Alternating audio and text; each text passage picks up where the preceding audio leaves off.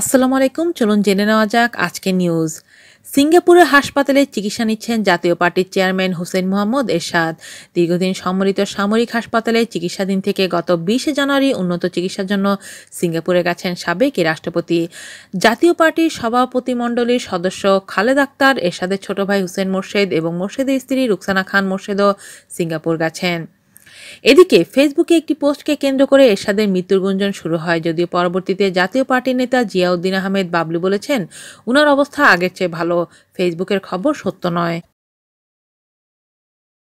এসব কিছুর মাঝে এরশাদের সম্পত্তি ভাগবাটোয়ারা হয়েছে। ভাই ভাতিজা এবং তার সন্তান সাদ এরশাদ, এরিক ও পালিত কন্যার মধ্যে এই সম্পদ ভাগ হয়েছে। কিছু সম্পত্তি পার্টির অফিস ও এতিমদের জন্য ট্রাস্টে দেওয়ার কথা রয়েছে। সিঙ্গাপুরে চিকিৎসার জন্য যাওয়ার আগে এই ভাগ বন্টন সম্পন্ন হয়। এরশাদের পারিবারিক সূত্রে এ তথ্য জানা গেছে। একাদশ জাতীয় সংসদ নির্বাচনের আগে অসুস্থ হয়ে পড়েন সাবেক রাষ্ট্রপতি এরশাদ। পারিবারিক সূত্র জানায় এই সময়ের মধ্যে তার সম্পত্তি ভাগাভাগি হয়। এরশাদের সম্মতি ও ইচ্ছাতেই এই ভাগাভাগি হয়েছে। আর সম্পত্তি বন্টন হলে তার পরপরই তাকে আবার সিঙ্গাপুরে নিয়ে যাওয়া হয়। তিনি বর্তমানে সিঙ্গাপুরে চিকিৎসাধীন। দায়িত্বশীল সূত্র জানায় গুলশান 2-এর বাড়িটি রওশন এরশাদকে দিয়েছেন এরশাদ। বারিধারার প্রেসিডেন্ট পার্ক, যেখানে তিনি নিজে বসবাস করেন, সেটি তার সাবেক স্ত্রী বিদিশা এরশাদের একমাত্র ছেলে এরিক এরশাদের নামে দেওয়া হয়েছে। পালিত পুত্র আরমানকে দেওয়া হয়েছে গুলশানের অপর একটি ফ্ল্যাট। রংপুরের সম্পত্তি পেয়েছেন তার ভাই জিএম কাদের ও ভাতিজা আতিক শাহরিয়ার। রংপুরের জাতীয় পার্টি অফিসটি দলকে দান করেছেন এরশাদ।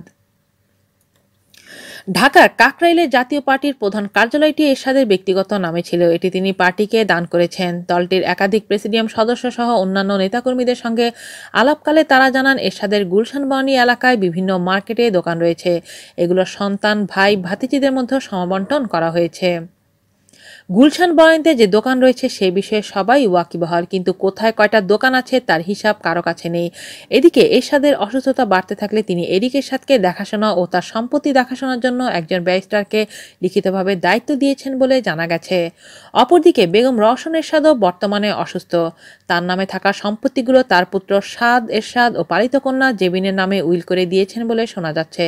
তবে এই বিষয়টি নিশ্চিত করে কেউ বলেননি। নাম প্রকাশ অনিচ্ছুক দলের একজন ভাইস প্রেসিডেন্ট বলেন, এরশাদের রংপুরের সম্পত্তি ভাই ভাতিজাদের মধ্যে বন্টন হয়েছে। ঢাকার সম্পত্তি তার সন্তান, পালিত কন্যাদের মধ্যে ভাগ হয়েছে বলে জেনেছি। আজ এ পর্যন্তই। আল্লাহ হাফেজ।